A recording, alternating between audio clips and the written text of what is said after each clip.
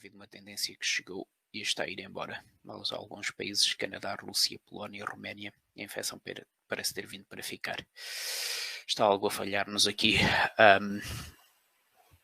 O Canadá, como é muito mais a norte, é normal que tenha mais atraso, porque o número de horas de sol, por causa da inclinação da Terra, quando chega ao verão, o número de horas de sol começa a crescer.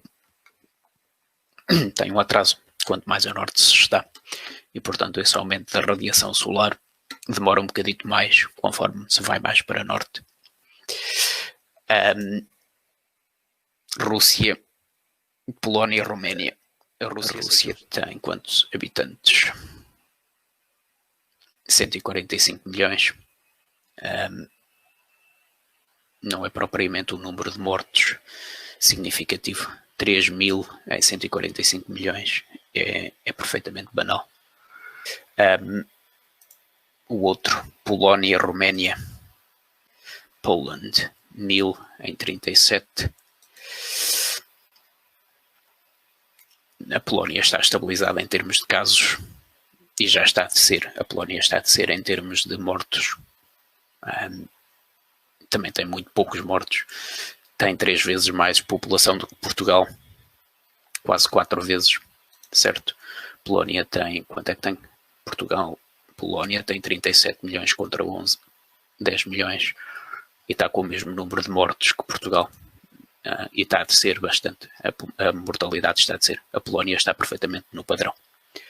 A Roménia, 1.000 em 19 milhões. Uma vez mais também não tem uma mortalidade acima daquilo que seria de esperar de gripe.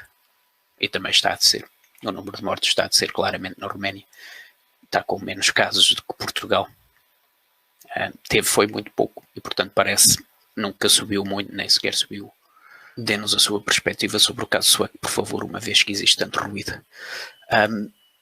A Suécia está a fazer o que é correto. A Suécia decidiu gerir a infecção com aquilo que havia prova de funcionar, que é cuidar das pessoas mais vulneráveis. Já admitiram que não conseguiram cuidar bem dessas pessoas vulneráveis. Já admitiram que não conseguiram evitar que a infecção entrasse dentro dos lares de terceira idade. Portanto, já tem uma vantagem gigantesca sobre todos os outros países. Já aprenderam o que é que fizeram mal. Os outros países ainda andam a discutir o sexo dos anjos. E ainda vão ter que sair do buraco que cavaram. A Suécia já aprendeu o que é que fez mal. Portanto, já tem uma grande vantagem. O número de mortos na Suécia, ao contrário dos jornalistas que andam a vender pânico, não é nada chocante. O número de mortos não é extraordinariamente alto para se dizer que tenham feito o que quer que seja. A mortalidade na Suécia não está significativamente acima dos outros anos. Publiquei esse resultado ontem, esse gráfico ontem. Vou só mostrar o ecrã.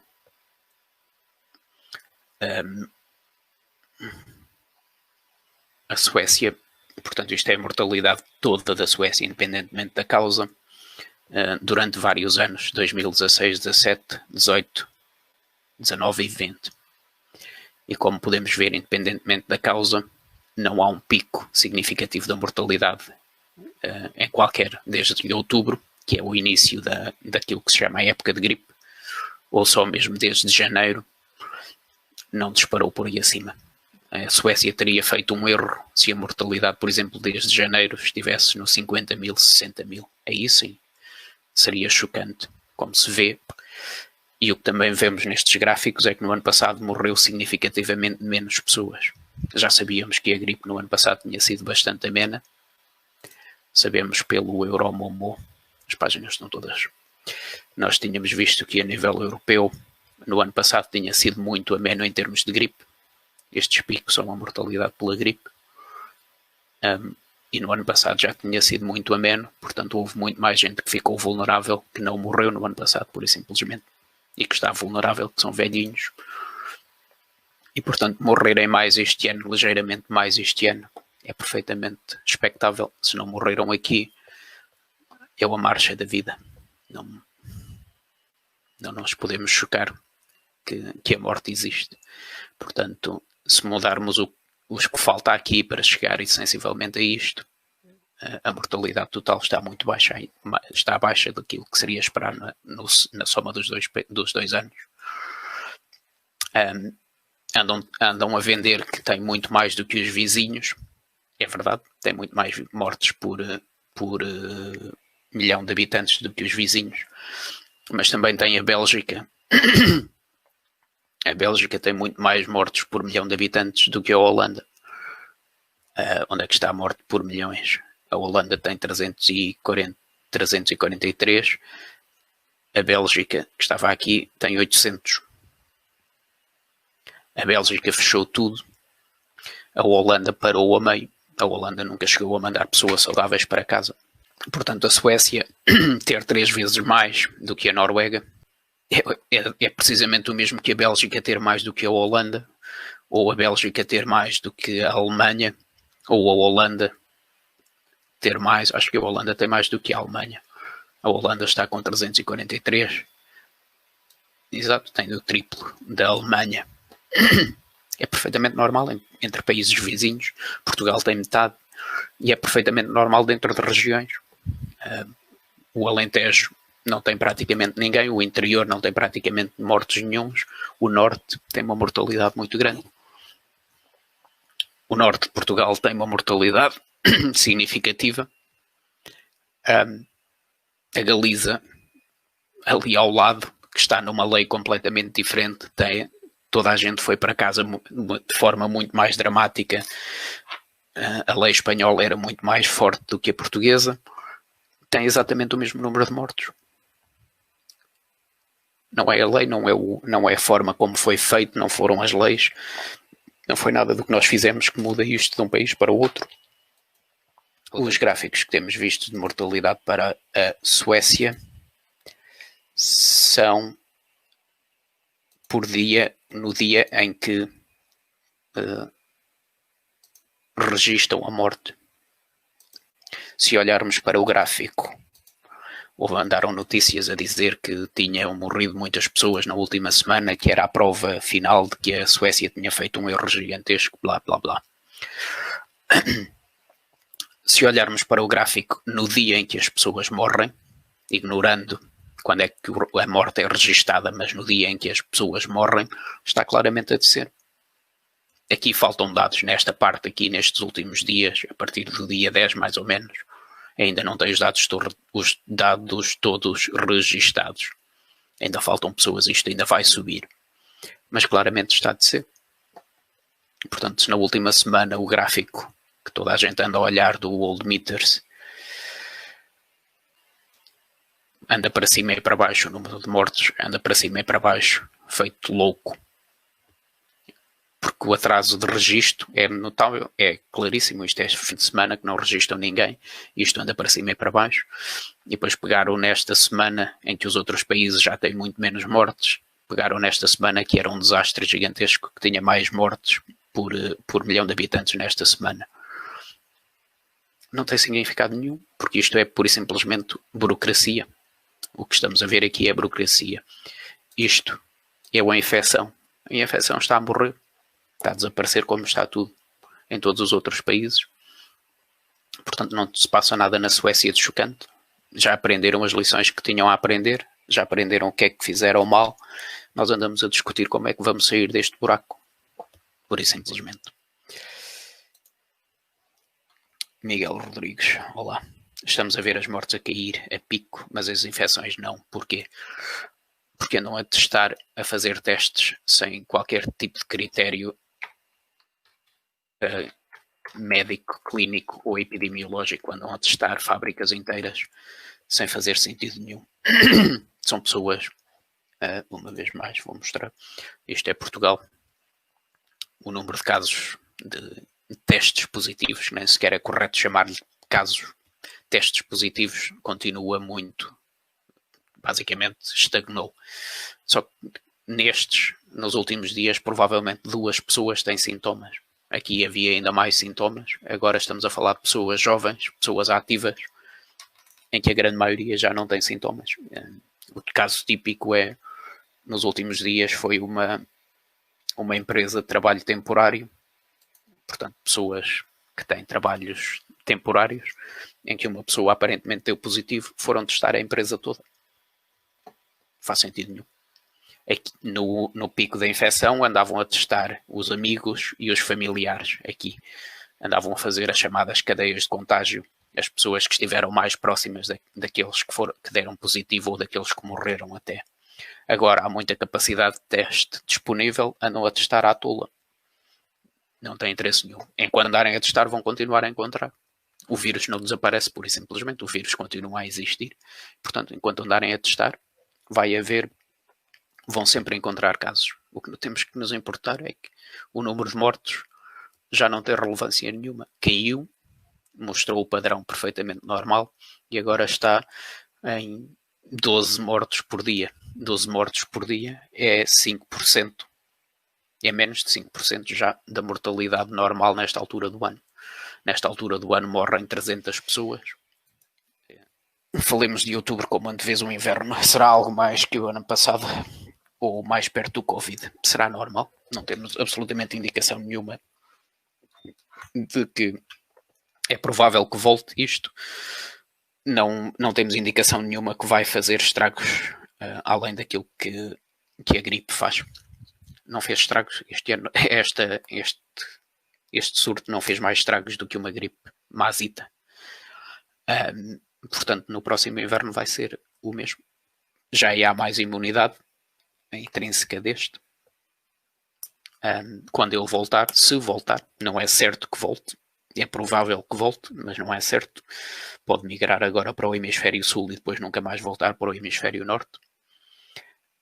Se voltar, vai voltar com outros vírus que causam doenças parecidas, nomeadamente os outros corona e os outros influenza, que vão ter no início do inverno então a maior expressão e vai ter que competir com eles.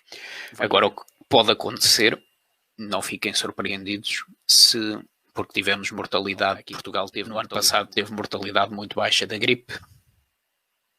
Este ano teve mortalidade muito baixa da gripe e agora do Covid. O que ninguém se choque na primeira onda de calor, que isto dispare por aí acima, que tenhamos um recorde de mortalidade por ondas de calor. Não se choquem se chegar a 700 pessoas por dia. Ok? Francisco, imunidade cruzada sim ou não? Sim, há imunidade cruzada de outros corona. E isso é que explica, é a explicação mais fácil. Porque é que isto só ataca pessoas velhinhas? Porque nós mais jovens ainda temos o nosso sistema imunitário, ainda quando contacta com outros corona, ainda gera imunidade forte. E portanto, quando encontramos este, não nos faz nada. Os velhinhos já não conseguem gerar imunidade forte, o sistema imunitário já é o que é, e portanto, como a imunidade dos corona se esbate ao fim de meses, anos, quando eles agora encontram no fim de vida outros corona, já não gera novamente imunidade forte, e quando encontram este, acaba por ser o fim. A imunidade, a ser verdade, 40%, não. Se com a imunidade cruzada, não sei. A imunidade cruzada provavelmente está acima de 60%. Não faço a mínima ideia, não sei qual é que é a incidência dos outros corona para estar a dizer quanto é que haverá de imunidade cruzada. Mas os outros corona têm uma incidência muito alta, portanto, não sei. Imunidade direta a este não está sequer perto dos 60%. Os resultados que temos de serologia de Nova Iorque, Madrid, Estocolmo, indicam que a imunidade prática está nos 15-20%. Aos 15-20% a infecção para, que foi o que chegou em Nova Iorque. Isso é indicação muito forte de que é a imunidade prática. Aos 20% isto para. Portugal não deve lá estar. Portugal deve 7% nos sítios que teve mais casos no norte. Não esperaria que tivesse muito mais de 7%. Mas temos que ter em atenção, se ele voltar, estes 7% já são a grande parte do percurso. Se, por exemplo, se for preciso 20% de imunidade, se é preciso 20% e nós fizermos os primeiros 10, é aqui que está a maioria dos mortos. Os outros 10 aqui para cima não matam tanta gente, porque já é mais lento e as pessoas que estão mais disponíveis, que estão mais vulneráveis, morrem logo no início. Portanto, se aqui causa 1000 mortos, os restantes 10% já não vão causar tanto dano para serem feitos. Se forem feitos agora no outono, se forem feitos daqui a um ano, a população vulnerável volta a aumentar significativamente e, portanto, se for daqui a um ano, volta a matar o mesmo número para fazer os restantes 10%. Mas se for feito agora, já é menos pessoas disponíveis. E a velocidade já vai ser menor. Se tiver nos 10%, a velocidade que faz estes primeiros 10% é muito mais rápida do que faz os restantes 10%. Mais de 100 mil mortos no EU devem-se só ao coronavírus. Ok, Estados Unidos, uma coisa gigantesca. Primeiro, as mortes nunca se devem só ao coronavírus. Okay? O coronavírus é uma causa subjacente de morte. Nunca é, muito raramente, o corona aparece como causa de morte principal. A causa de morte principal é uma pneumonia, uma falência sistémica, uma coisa qualquer. Portanto, o coronavírus nunca é, ou muito raramente, é a causa de morte. Está associado à morte, despoleta à morte, é subjacente a essa morte. Portanto, dizer que são só do corona já é exagerar. Okay? Mais de 100 mil mortos nos Estados Unidos não é de todo chocante. Okay? Os dados que eles indicam de gripe, mortes despoletadas pela gripe, indicam normalmente 60 mil, ou têm indicado nos últimos anos 60 mil despoletados por gripe. Okay? Mas esses dados devem ser muito baixos também, porque na Europa são muito mais. E a população dos Estados Unidos é muito semelhante à da Europa, e a demografia e a epidemiologia dos americanos é muito semelhante. São mais novos, mas têm um índice de massa corporal mais alto. Uma pela outra, eles deviam morrer o mesmo número que morrem na Europa por gripe por ano. Okay? Na Europa chegam a morrer 217 mil, mais até, por ano. Portanto, eu esperaria que na América também os dados fossem muito mais altos para a gripe. 100 mil não é nada chocante. 100 mil em que o Covid está registado como morte, causa de morte, não é nada chocante com os 60 mil que eles já relatam como estando associados à gripe. Quando for 2 vezes mais, começamos a pensar, se calhar passa-se aqui alguma coisa da normal. Enquanto for, não tem qualquer tipo de credibilidade, Nita. Vi o vídeo, vi o historial da cientista. Ela tem um historial gigantesco de teorias mirabolantes. Andou durante anos a dizer que as vacinas andavam a infectar pessoas. Insistiu que tinha encontrado provas disso. Nunca ninguém conseguiu replicar os estudos. Em ciência é fundamental. Sempre que se publica alguma coisa em ciência, é fundamental que outros consigam fazer exatamente o mesmo, ou não tem valor. E ela publicou um tal estudo a dizer que as vacinas andavam a infectar com um outro vírus qualquer. Nunca ninguém conseguiu replicar. E o instituto onde ela trabalhava pediu-lhe para ela retirar os artigos porque não tinham credibilidade, porque ninguém conseguia replicar os estudos. Apareceu prova de que tinha sido um erro de método. Ela recusou-se a retirar os estudos, a retrair os estudos, e acabou por ser despedida essencialmente por causa disso. Toda a história que ela conta de ser perseguida não parece ter qualquer tipo de fundamento. Os estudos foram retraídos. Há mais do que prova da altura de que ninguém conseguia repetir os estudos, ninguém conseguia repetir a experiência. Porque é que em África Negra os casos de morte são escassos? Porque são populações jovens. Os países africanos são infelizmente pobres. Países pobres normalmente não têm capacidade no sistema de saúde para estender a vida, estender a esperança de vida. Têm médias de esperanças de vida muito baixas. São populações jovens. Isto não ataca populações jovens, não ataca pessoas jovens. Em África não vai fazer nada de significativo. Só isso.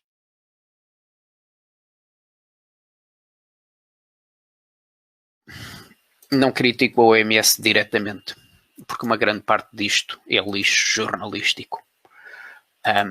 Porque um dia é uma pessoa ligada diretamente ou que está a falar em nome da OMS, no outro dia é uma pessoa que esteve ligada à OMS e que acaba por aparecer nos jornais como sendo a OMS. Já vi notícias a dizer, a OMS diz, já não me lembro o que era, quando na verdade era uma ex-diretora da OMS que tinha dito, portanto não está a falar em nome da OMS. A OMS tem muito que se critique, não estou a dizer que a OMS tem gerido isto de forma aceitável, não tem. Mas o que aparece nos jornais muitas vezes também não é aquilo que a OMS diz. Os jornalistas deviam ter muito mais cuidado sobre aquilo que são comunicações oficiais da OMS e sobre aquilo que pessoas que trabalham para a OMS dizem em nome pessoal e não em nome da organização. Quase uma hora. Vivo na Bélgica hoje, uma criança foi diagnosticada com Covid na escola que já foi fechada. Indignação tal de parte dos pais que acham que as escolas não devem abrir, pois. É o risco, é a gestão de medo. Na França também abriram 40 mil escolas, fecharam os políticos, voltaram a fechar 70 dessas 40 mil por causa de um caso. 25 das escolas eram na mesma cidade e foram fechadas por causa de um caso. Porque obviamente têm medo, as pessoas têm medo e os políticos voltam a fazer o mesmo. Há medo, voltam a fechar, não estão para arriscar absolutamente nada. Portanto, é isso mesmo que se passa. São políticos a ir atrás daquilo que lhes exigem por causa de um caso num país. É absurdo. É absurdo. Nas escolas, as crianças não têm risco significativo nenhum. O risco nas crianças está mais do que comprovado, é irrisório. Porque é que vão fechar as escolas? As crianças têm muito pouca infecção, contribuem muito pouco para a infecção. Porque é que vão fechar as escolas? Porque é que as voltam a fechar depois de as terem aberto? Não faz sentido nenhum. Por causa de um caso. É absurdo. É absurdo. É o medo. É medo. Só. Estamos a fechar as escolas novamente. Estamos a impedir que as crianças que têm o sistema imunitário muito ativo sejam infectadas e ganhem imunidade, porque ganham imunidade quase instantaneamente, não chegam a ter sintomas, não chegam a ter doença coisíssima nenhuma, ficam imunes. E essa é a primeira barreira de imunidade, são as primeiras pessoas que depois eventualmente vão parar o vírus se ele voltar. Portanto, sobre os surtos de Lisboa, aconselharia alguma iniciativa? Não há surtos nenhuns em Lisboa. O que há em Lisboa são testes. Há mais testes em Lisboa feitos sem qualquer critério epidemiológico ou clínico. Andam a testar fábricas e andam a testar grupos de pessoas há centenas, sem qualquer objetividade, sem qualquer razão para andarem a testar. E enquanto andarem a testar, vão encontrar pessoas. A infecção não desaparece, não se esfuma pura e simplesmente. Há pessoas a infectar-se sempre. As gripes nunca desaparecem, há sempre um número reduzidíssimo de pessoas que se vai infectar. Enquanto andarem a testar, vão encontrá-los. Pura e simplesmente não há outra forma de o fazer. Se andassem a testar provavelmente paredes, iam encontrar o vírus. O PCR é altamente sensível, detecta cargas virais minúsculas ou muito pequenas.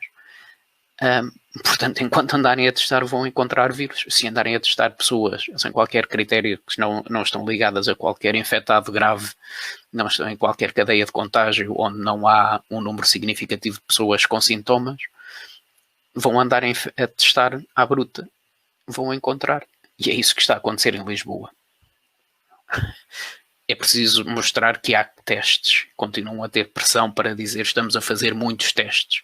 É preciso dizer fizemos não sei quantos mil testes. Estão a ver como nos preocupamos. Portanto, essa capacidade de teste tem que estar ocupada, tem que ser mantida. Não sei que tipo de autocarro está a falar, Sofia. Se for um autocarro urbano, o risco de infecção é baixo. O número de pessoas que entra e sai, o movimento todo, não é por aí. Nesta altura, com a infecção parada como está, o risco é irrelevante em qualquer tipo de autocarro, em qualquer tipo de espaço.